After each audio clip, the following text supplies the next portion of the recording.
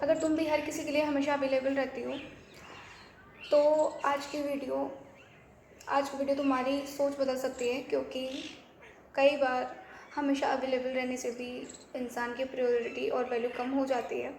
ऐसा क्यों होता है, चलो समझते हैं। So hello guys, welcome and welcome back to my channel.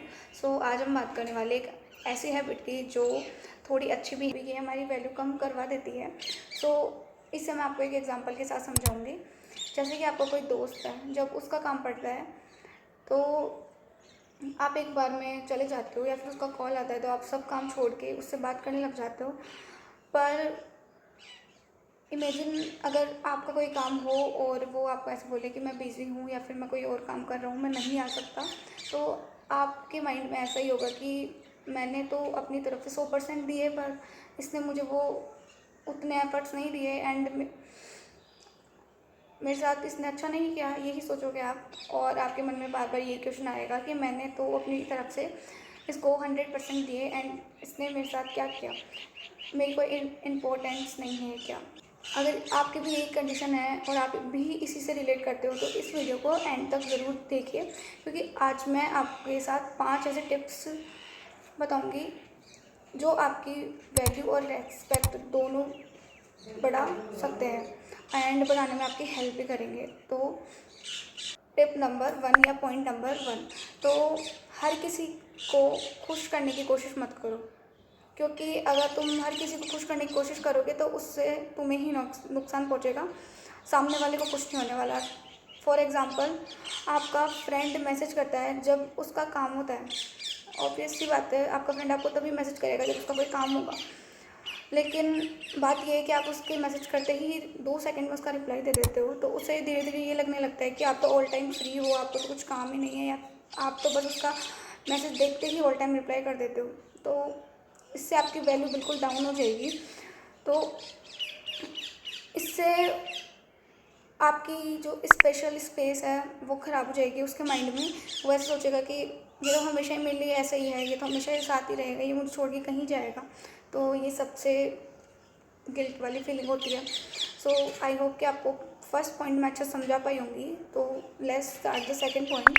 तो हर बार हाँ मत बोलो, ये बहुत इंपॉर्टेंट पॉइंट है। हर बार हाँ बोलना ज़रूरी नहीं है।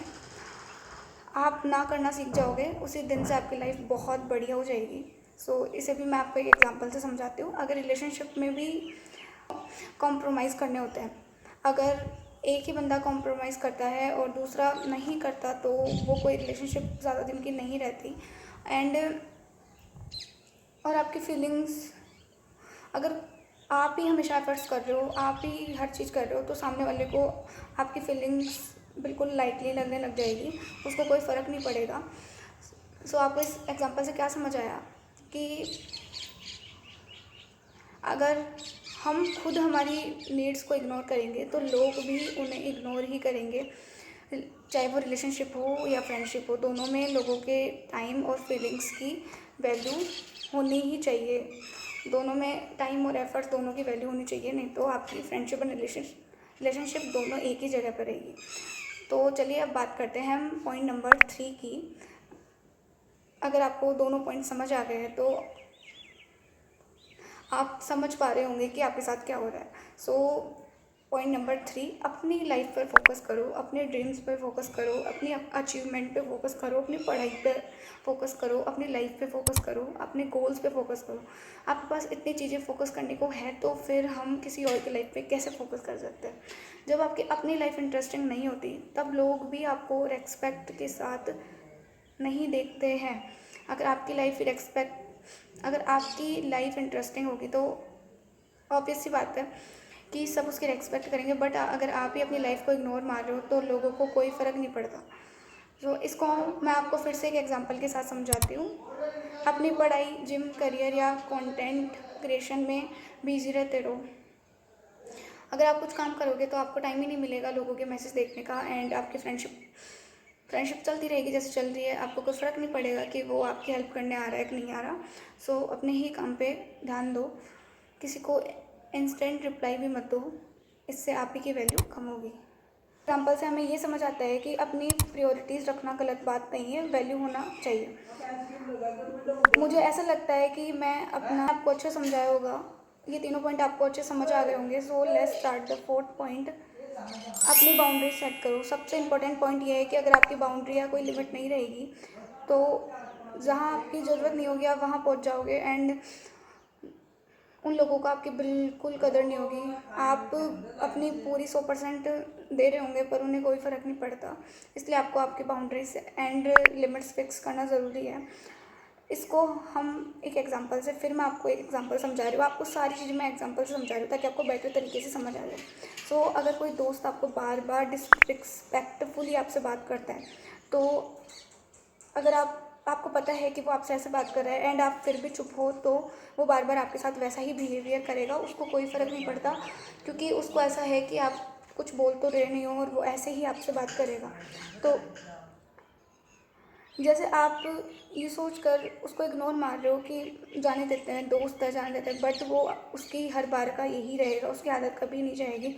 और अब आता है सबसे इम्पोर्टेंट पॉइंट और हमारा आखिरी पॉइंट, आपकी मतलब सबसे इम्पोर्टेंट है। अगर आप इसे समझ जाओगे तो आप अपनी लाइफ में आगे बढ़ जाओगे। सो ये है पॉइंट नंबर 5। सो अपनी वैल्यू खुद पहचानो। जब तक आप खुद को इम्पोर्टेंस नहीं दोगे तब तक दूसरे भी उतनी इम्पोर्टेंस आपको दे नहीं पाएंगे। आपके लिए आपकी लाइफ इम्पोर्टेंट होनी चाहिए, जब जाके औरों को भी आपकी लाइफ में इंटरेस्ट एंड इम्पोर्टेंट लाइफ लगेगी आपकी। एंड अगर आपको इम्पोर्टेंस नहीं देनी अपनी लाइफ को तो दूसरे भी क्यों देंगे। सो इसको भी मैं अच्छे से आपको एग्जांपल से समझाती हूँ। अगर रिलेशनशिप में भी सिर्फ एक ही इंसान एफर्ट कर रहा है तो रुक कर ये देखना भी ज़रूरी है कि एफर्ट सिर्फ आपकी तरफ से तो नहीं हो रहे हैं, दोनों की तरफ से हो रहे हैं। इसका मतलब ये है कि सेल्फ रेस्पेक्ट का मतलब किसी को इग्नोर करना बिल्कुल नहीं होता। एक हेल्दी रिलेशनशिप और फ्रेंडशिप में एफर्ट्स और रेस्पेक्ट दोनों से होनी चाहिए। मतलब अगर रिलेशनशिप हो, फ्रेंडशिप हो, चाहे आपकी अगर रिलेशनशिप हो या फ्रेंडशिप, दोनों में एफर्ट्स होने चाहिए, दोनों तरफ से होने चाहिए। अगर एक ही बंदा एफर्ट्स कर रहा है तो वो कोई रिश्ता नहीं है, एफर्ट दोनों तरफ से होने चाहिए। आपको क्या समझ आता है कि अपनी प्रायोरिटीज़ रखना गलत नहीं है, आपकी भी एक लाइफ है और उसकी वैल्यू होना ज़रूरी है। 5 स्टेप्स एंड पॉइंट्स जो आपकी वैल्यू और रेस्पेक्ट को बेहतर बनाने में मदद कर सकती है।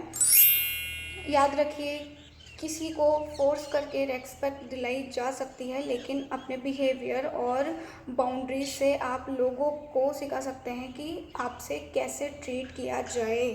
That is the most important thing.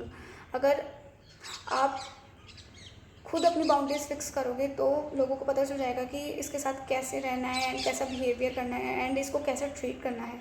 सो अगर आपको ये वीडियो पसंद आई है तो प्लीज़ लाइक करें, चैनल को सब्सक्राइब करें एंड कमेंट करना मत भूलिए। कमेंट में बताइए कि आपको इन 5 पॉइंट में से कौन सा पॉइंट आपको ज़्यादा अच्छा लगा एंड कौन सा पॉइंट आपको रिलेटेबल लगा। सो और हाँ, अगर आपने मेरी ओवरथिंकिंग वाली वीडियो अभी तक नहीं देखे तो देखे उस वीडियो को, क्या पता वो आपके लिए ज़्यादा हेल्पफुल हो एंड वही आपकी सबसे ज़्यादा मदद कर सके। अगर आप ओवरथिंकिंग करते हो तो वो वीडियो आपके लिए परफेक्ट है। तो मिलते हैं नेक्स्ट वीडियो में। Thank you so much for watching. Bye bye.